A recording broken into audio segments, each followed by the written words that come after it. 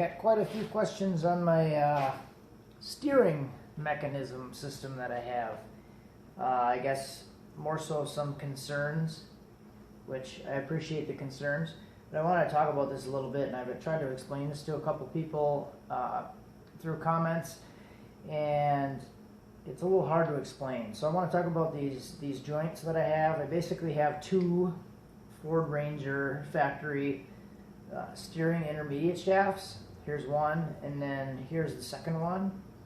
So it turns out to be this whole like big ugly unit here, but the idea behind it is to get it up and around the exhaust, and it actually works pretty well. But the concern I think that people are having is that it's unsafe and it's going to be binding, or it's going to be flopping around because of the amount of joints that it has. So technically this has 1, 2, 3, and 4 different U-joints in it. And typically, if you have that many U-joints in a line, it's going to be exactly what people are thinking that it's going to be. It's going to be floppy, it's going to bind when you're trying to turn it, it's going to catch, or it's not going to work very well. So I want to talk about these joints, and the joints are actually, they're not independent from each other. So as I turn one, it turns the opposite side. So like if I hold this centerpiece and then I lift up the one end, it also lifts up the opposite piece. So these pieces aren't independent from each other, which is what's going to keep it from flopping around. So, and same here. So when I have this bottom piece bolted into the steering box, and then this piece comes up and around, it basically holds the same pattern any way I turn it, and it's not going to flop around at all. And when I install it, it's actually still pretty strong. It's not going to flop, it's not going to bind, and this is all welded together. I'm going to clean this up a little bit and then make that look a little bit better. But I know the whole thing does seem a little bit floppy, but when this is bolted in the bottom and this is bolted in the top, it's actually like pretty strong as one solid piece, and then it just keeps this uniform curve as I need it to be around the exhaust manifold. So I know that was kind of a lot to explain, but I guess the key pieces are, it's working kind of as one unit, even though there's two different joints that are working opposite of each other. So they're not just completely free-floating and loose and going to flop around. Like if you were to take a different type of a U-joint, or even if you took like two socket wrench swivels and put them together, it's just going to kind of flop around freely. But they're going to be independent from each other, and they're not going to work together like this. So to try to explain this a little bit better, like I made the socket reference before, so I have two swivels, two separate socket swivels, right? So to try to explain this, this is exactly how the other one is set up. Swivel here, swivel here.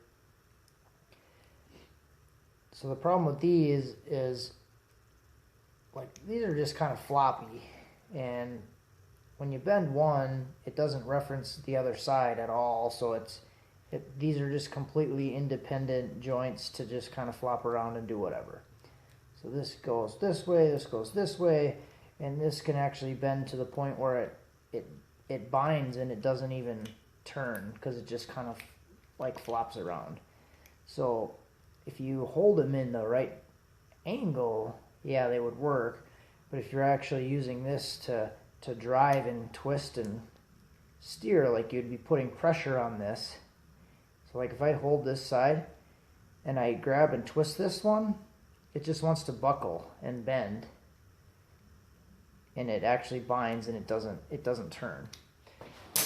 So for this one, if I do the same kind of thing, I'll bend it and it's not going to do anything, because it's keeping these joints where they need to be referenced to each other, so they're not going to bind at all, even though it's bent.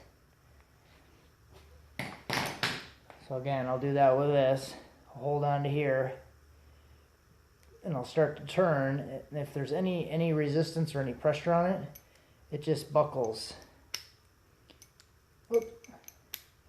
It just buckles right away and begins to bind and turn. So hopefully that was a little bit better reference. I know it wasn't perfect, but hopefully that helps explain it a little bit.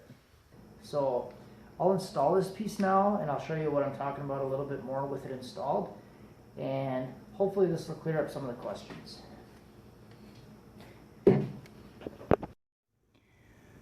All right, so I want to show this thing now that it's in there, and I finally got it back in. It's kind of hard to get back in when it's all welded together, but I'm going to start it up and then turn it lock to lock and see what it does.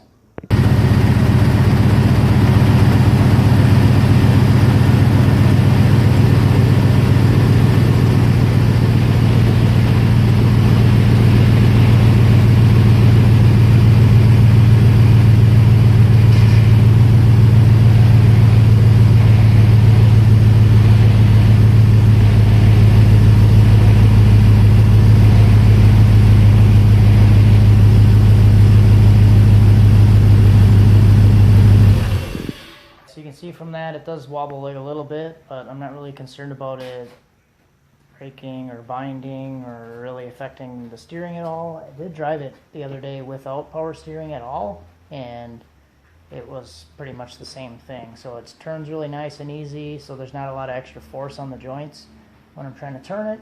So I feel like it's pretty safe. I appreciate the concerns, but I'm not really too worried about it just because it wobbles a little bit. Other than that, I do plan on doing like a better intermediate shaft down the road, because I do plan to do like a turbo setup, so the manifolds and everything are going to be changing, so I don't really want to do anything too permanent right now and then have to change it again in a month or 2 months when I start doing turbo stuff. So I'm going to leave it how it is, but I appreciate the comments, and let me know what you think about this down below. Thanks for watching. Stay tuned for the next video. If you're not subscribed already, subscribe, and have a good one.